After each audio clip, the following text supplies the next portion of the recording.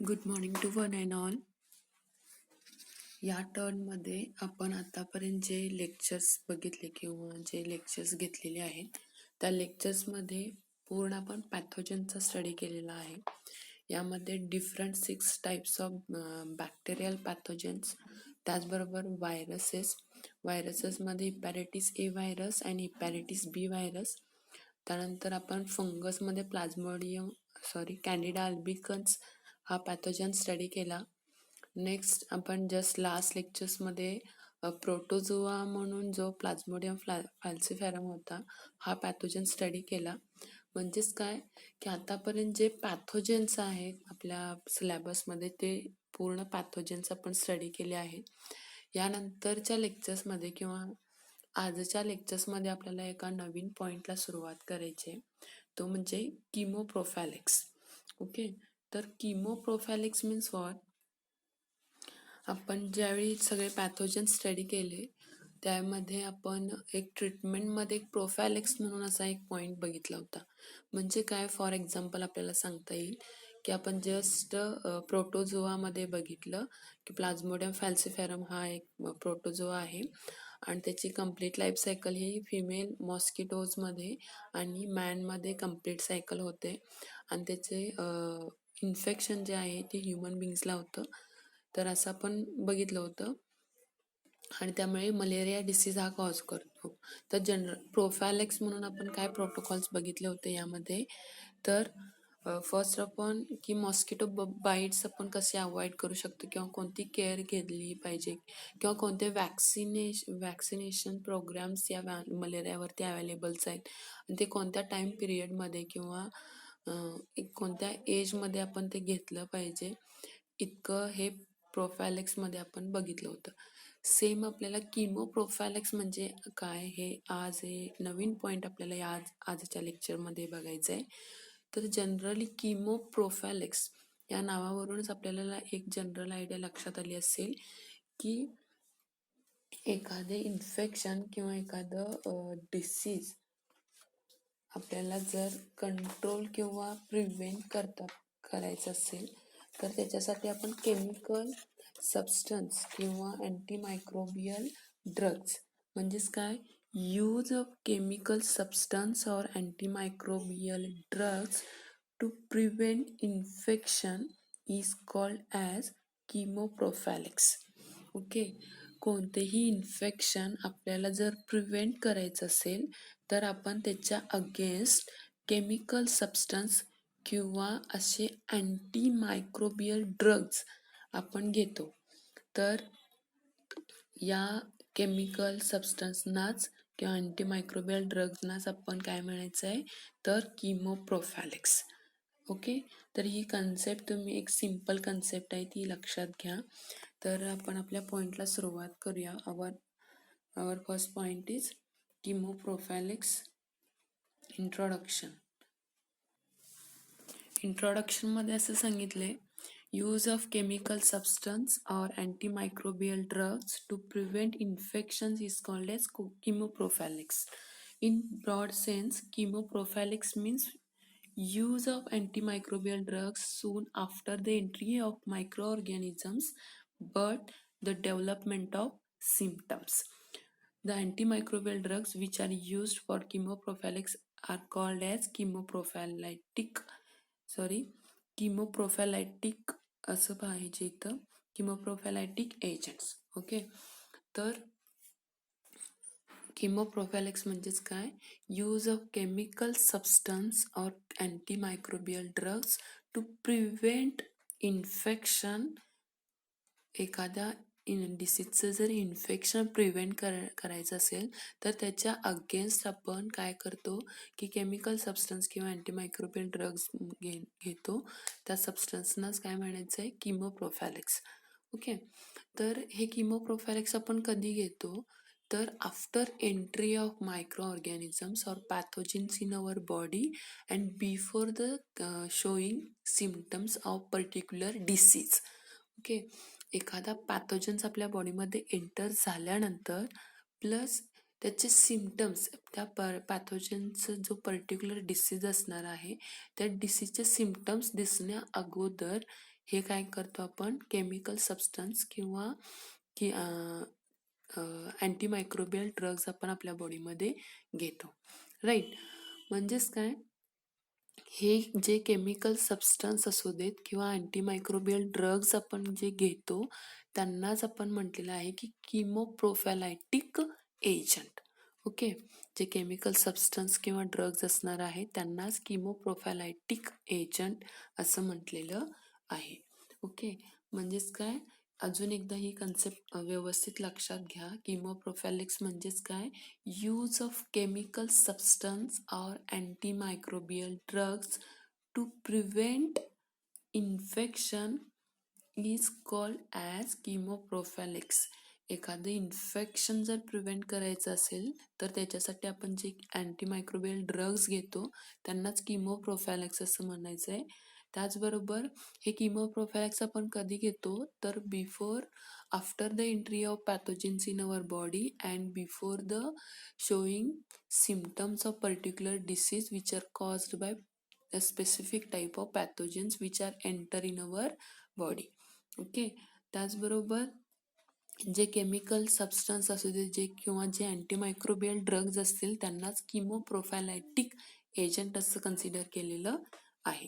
Okay, आता आपल्याला एक कॉमन गोष्ट लक्षात आहे किंवा आपल्याला माहिती आहे की आपण जे जे ड्रग्ज घेतो किंवा जे अँटीमायक्रोबियल ड्रग्ज किंवा केमिकल सबस्टन्स आपण मेडिसिन्सच्या थ्रू घेतो आपल्या बॉडीमध्ये, त्याचे एक क्रायटेरिया जो असतो की त्याचे ॲडवर्स इफेक्ट म्हणजेच काय, जे पर्टिक्युलर इन्फेक्शन आपल्याला ज्या बॉडीच्या ऑर्गनमध्ये झालेलं आहे त्या ऑर्गनचं फक्त किंवा ते पर्टिक्युलर इन्फेक्शन फक्त ते ड्रग्सच्या थ्रू काय होतं, इन्फेक्शन प्रिव्हेंट होतं, कंट्रोल होतं किंवा अवॉइड करता येतं आपल्याला.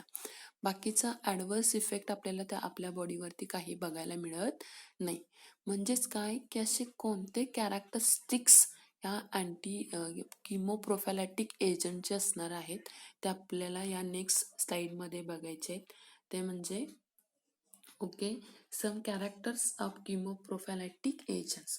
म्हणजेच काय, जे ड्रग्ज आपण आपल्या बॉडीमध्ये घेणार आहोत त्यांच्याशी कोणते कॅरेक्टर्स किंवा फार्मास्युटिकल इंडस्ट्री किंवा कंपनी एखादं ड्रग्ज ह्युमन बिंगच्या बॉडीमध्ये यूज करण्यासाठी किंवा ॲडमिनिस्ट्रेट करण्यापूर्वी कोणती अशी काळजी घेतली जाते किंवा कोणते असे प्रोटोकॉल्स फॉलो केले जातात जेणेकरून त्या पर्टिक्युलर ड्रगचे ॲडवर्स इफेक्ट त्या पेशंटच्या किंवा पर्टिक्युलर पेशंटच्या बॉडीमध्ये किंवा बॉडीवरती आपल्याला दिसून येत किंवा होऊ नयेत याची केअर केली जाते. तर असे कोणते कॅरेक्टर्स असणार आहेत, तर first of all, the drugs should be non toxic to tissue. The drug should not be allergic. The drug should not be costly. Drugs should not be causes any specific super infection. It should be convenient to use. Okay, तर काही general characteristics असणार आहेत. त्यामध्ये first काय की जे particular drugs घेतले ते नॉन टॉक्सिक असायला पाहिजे. म्हणजेच काय, कोणतंही ॲडवर्स डिसीज किंवा सिम्पटम्स त्या पर्टिक्युलर पेशंटच्या बॉडीमध्ये आपल्याला बघायला मिळू नयेत. त्याचबरोबर त्या ड्रग्ज पेशंटनी घेतल्यानंतर कोणतेही ॲलर्जिक रिॲक्शन त्याच्या बॉडीवरती दिसू नयेत, हायपर सेन्सिटिव्हिटी कोणत्याही प्रकारची दिसू नये किंवा होऊ नयेची काळजी घेतली जाते. त्याचबरोबर सर्वसामान्य लोकांना हे परवडेल इतकी त्याची प्राईस किंवा कॉस्ट ठरवली जाते. नेक्स्ट आहे की कोणतंही सुपर इन्फेक्शन, असे काही ड्रग्ज असतात की त्याचं डायरेक्ट काय होतं, हायपर सेन्सिटिव्हिटी किंवा ॲडवर्स इफेक्ट त्या पर्टिक्युलर पेशंटच्या बॉडीवरती बघायला मिळतं. जस्ट आपण लास्ट सेममध्ये हायपर सेन्सिटिव्हिटी या इम्युनॉलॉजीच्या एका टॉपिकमध्ये आपण बघितलं होतं की सुपर इन्फेक्शन कसं होणार आहे किंवा अलर्जिक रिॲक्शन्स किंवा कोणतेही ड्रग्स किंवा अँटीबायोटिक्स घेतल्यानंतर ॲडवर्स इफेक्ट आपल्या बॉडीमध्ये बघायला मिळतात किंवा इव्हन डेथसुद्धा होऊ शकते. असे ड्रग्स किंवा अँटीबायोटिक्स आपण कसे अवॉइड केले पाहिजे. तर हे ड्रग्स तयार करण्यापूर्वी हे सगळे प्रोटोकॉल्स काय केले जातात, फॉलो केले जातात किंवा त्या प्रोटोकॉल्सच्या थ्रूच हे ड्रग्स तयार केले जातात आणि नंतर ह्युमन बिंग्सना यूज करण्यासाठी ते अलाउ केले जातात. ओके, तर लास्ट असणार आहे it should be convenient to use. Easily किंवा यूज करण्यासाठी ते कन्व्हिनियंट राहतील असे प्रोटोकॉल्स इथं या कोणतेही फार्मास्युटिकल इंडस्ट्री असू दे किंवा जे ड्रग्स तयार करणाऱ्या ज्या कंपनी असतील, इंडस्ट्री असतील, हे सगळे प्रोटोकॉल्स फॉलो करूनच एखादं ड्रग तयार केलं जातं.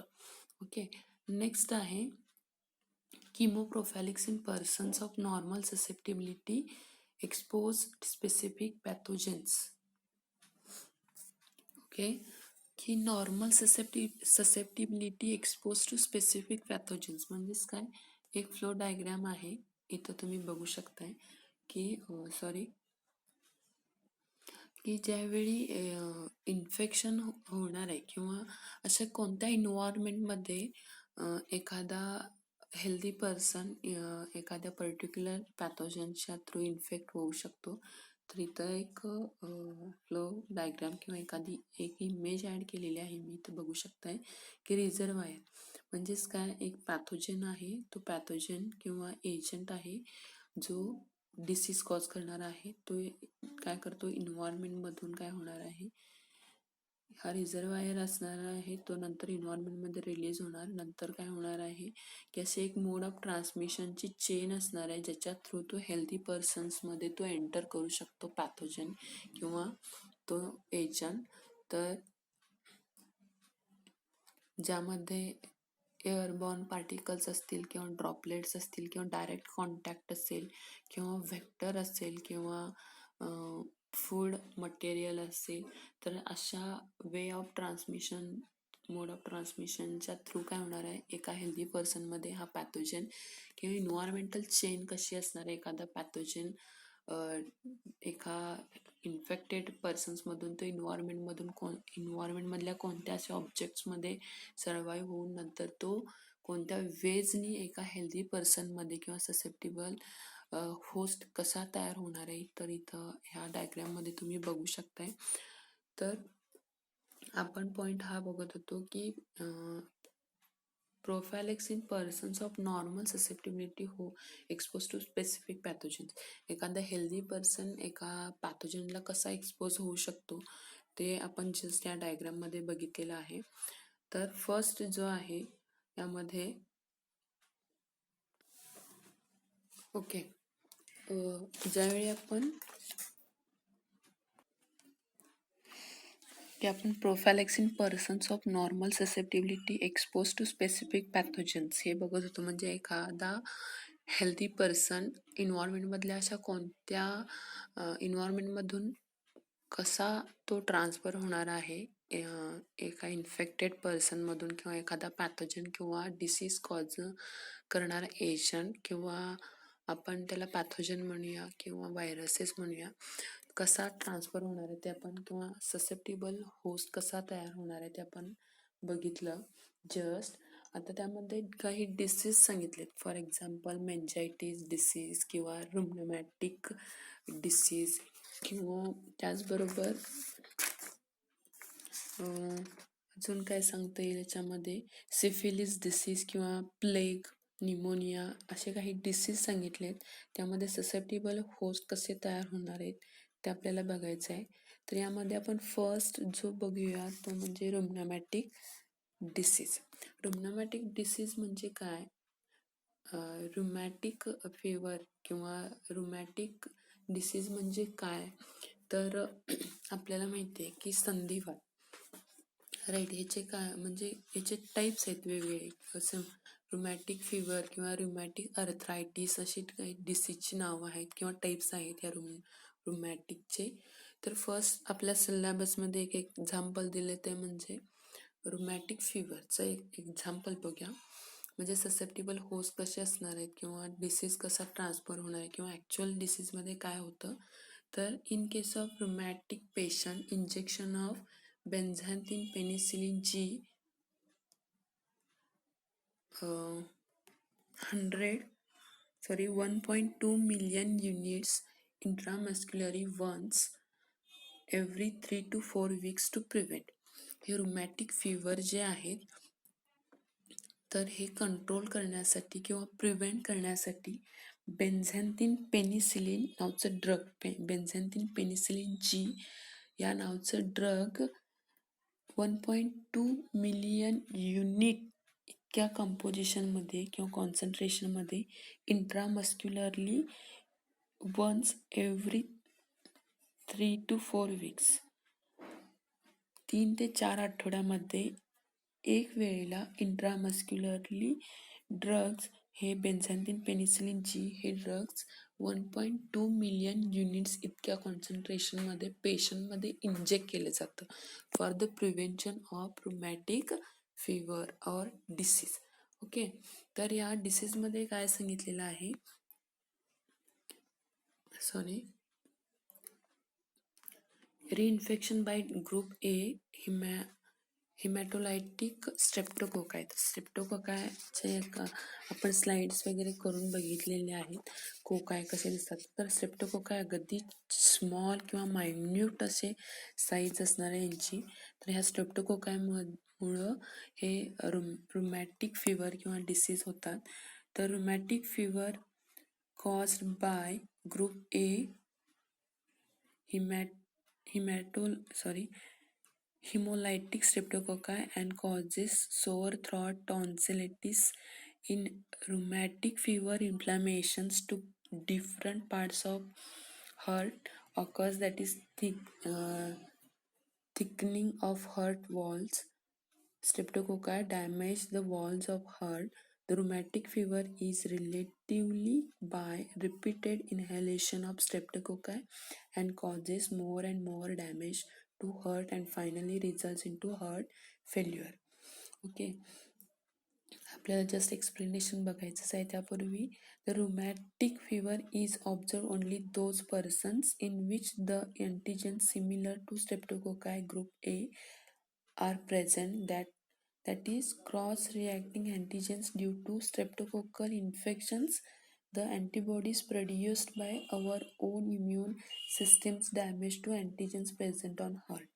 म्हणजेच काय, ह्या स्ट्रेप्टोकोकायच्या इन्फेक्शनमध्ये कंटिन्युअसली असेल तर काय होतं, किंवा ग्रुप ए टाईप ए स्ट्रेप्टोकोकायमुळं काय होतं की हिमोलायटिक स्ट्रेप्टोकोकाय म्हणजेच काय की सोअर थ्रॉट आणि टॉन्सिलिटिस हे असे सिम्पटम्स आपल्याला बघायला मिळतात.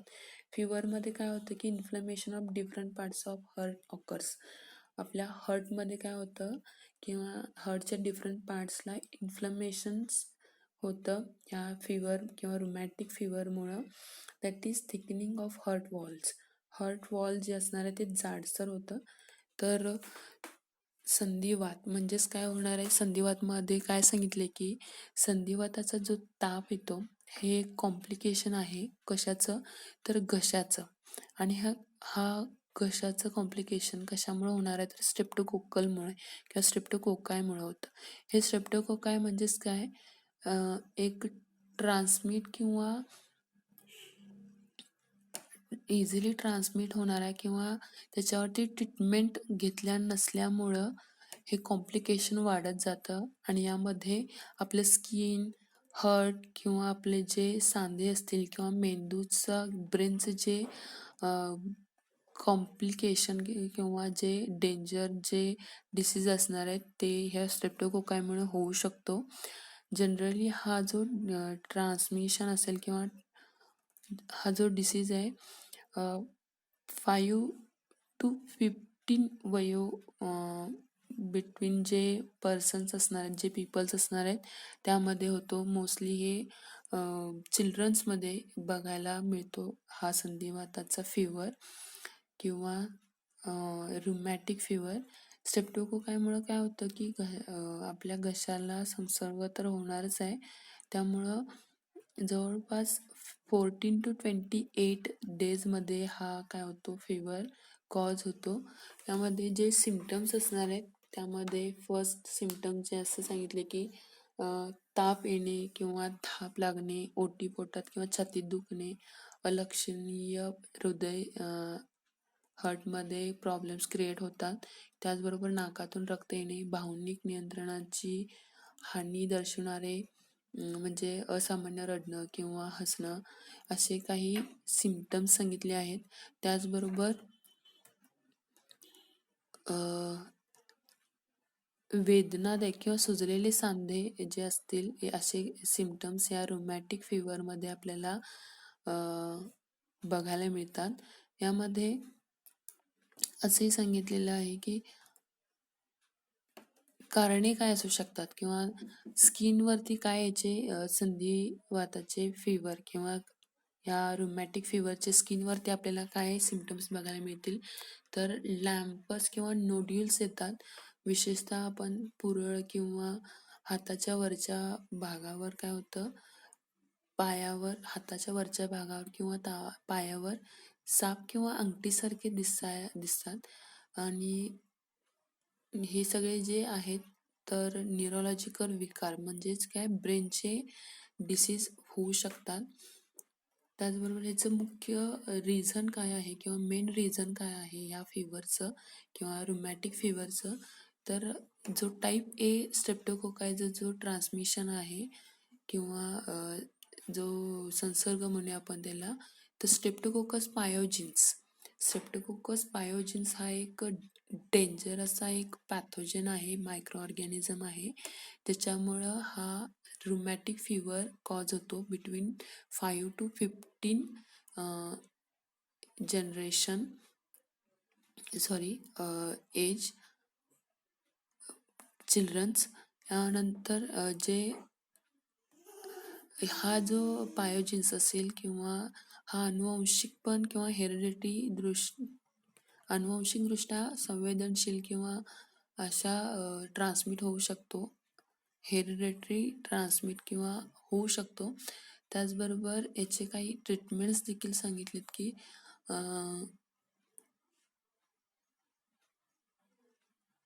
ट्रीटमेंट्समध्ये सांगितलेले की रुमॅटिक डिसीजमध्ये किंवा या आपण ट्रीटमेंट कसं करू शकतो, तर एकतर आपण आपल्या ब्लडचं काय केलं पाहिजे, CBC काउंट म्हणजे पूर्ण सेलचं किंवा आपल्या इम्युन सेल्समध्ये जेवढ्या सेल्स असणार आहेत तेवढ्या सगळ्या सेल्सचं काउंट बघितला पाहिजे किंवा एरिथ्रोसाइट सेडिमेंटेशन रेट किंवा ESR आपण म्हणूया त्याला.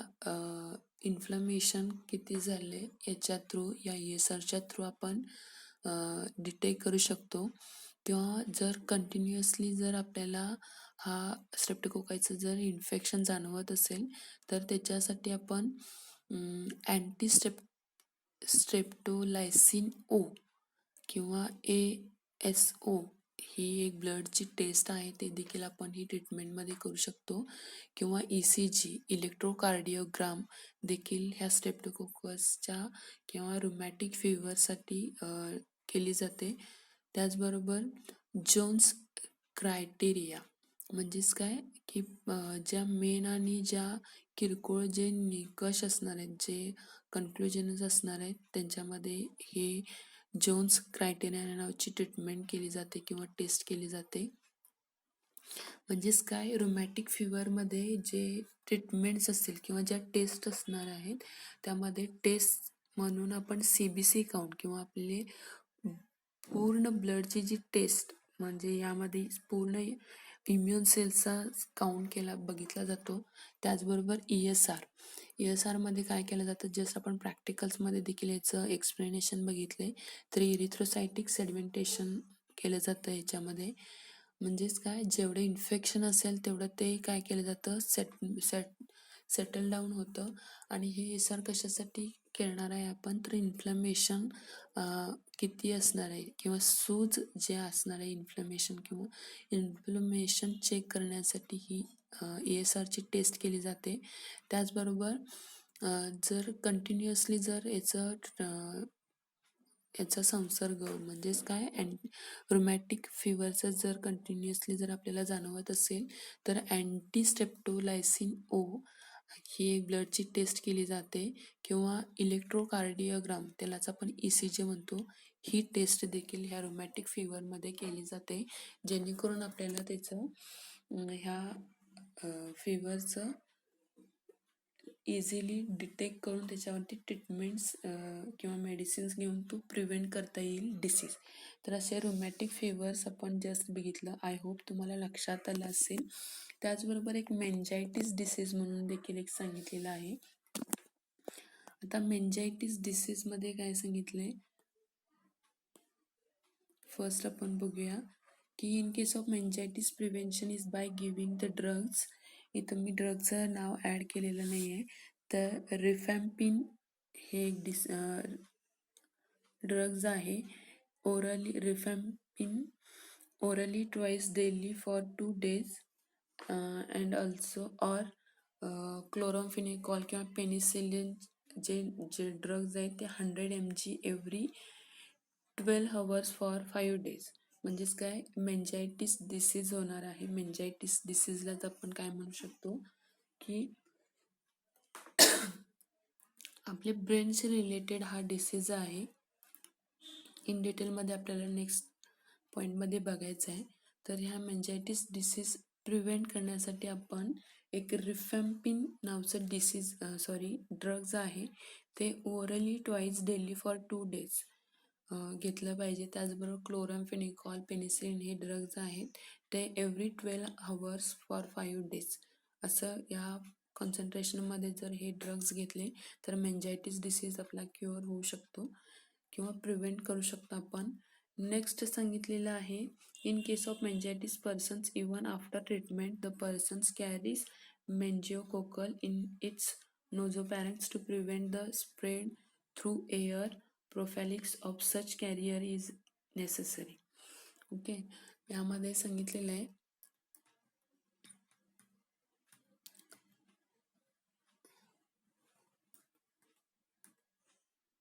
मेंजायटिस म्हणजेच काय की एक आपल्या टिश्यूचा एक लेअर तयार होतो आणि किंवा एक टिश्यूचा असा एक लेअर आहे जो आपल्या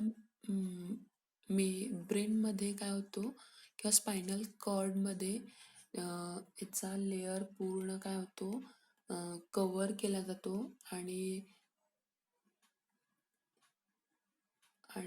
ह्या ब्रेनच्या किंवा स्पायनल कॉर्डच्या काय म्हणतात संरक्षणासाठी काय असतात हे रिस्पॉन्सिबल असतात.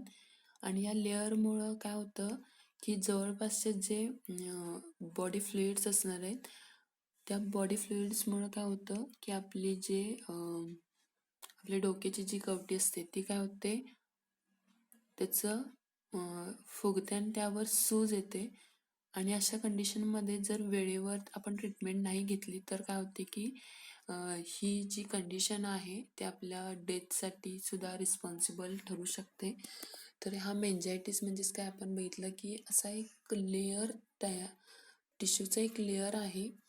त्या टिश्यूचा लेअर कशावरती होणार आहे तर आपल्या ब्रेनवरती किंवा आपल्या स्पायनल कॉर्डवरती हा लेअर काय होतो कव्हर होतो.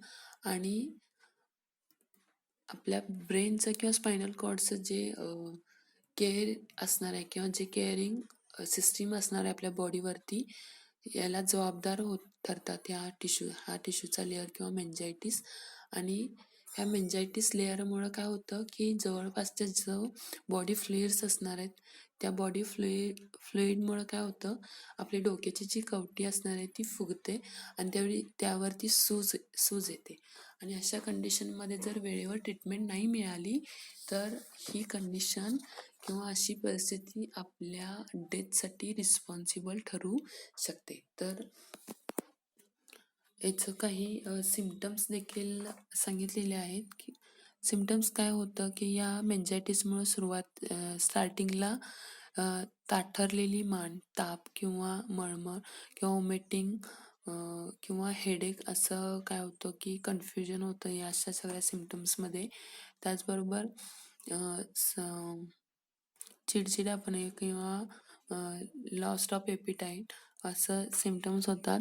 किंवा आपलं ब्रेन काय होतो यामध्ये कमजोर होतो किंवा मेंदूचे जे आपल्या ब्रेनचे जे नॉर्मल फंक्शन्स असणार आहेत ते काय होतात त्याचं होत नाहीत किंवा झटके येणे म्हणतो आपण त्याला तर झटकेने देखील ह्या सिम्पटम्समध्ये सांगितले मेंजायटिसमध्ये. तर बॅक्टेरियल मेंजायटिस हे मेंजायटिसचे असं एक गंभीर आणि सांसर्गिक रूप आहे.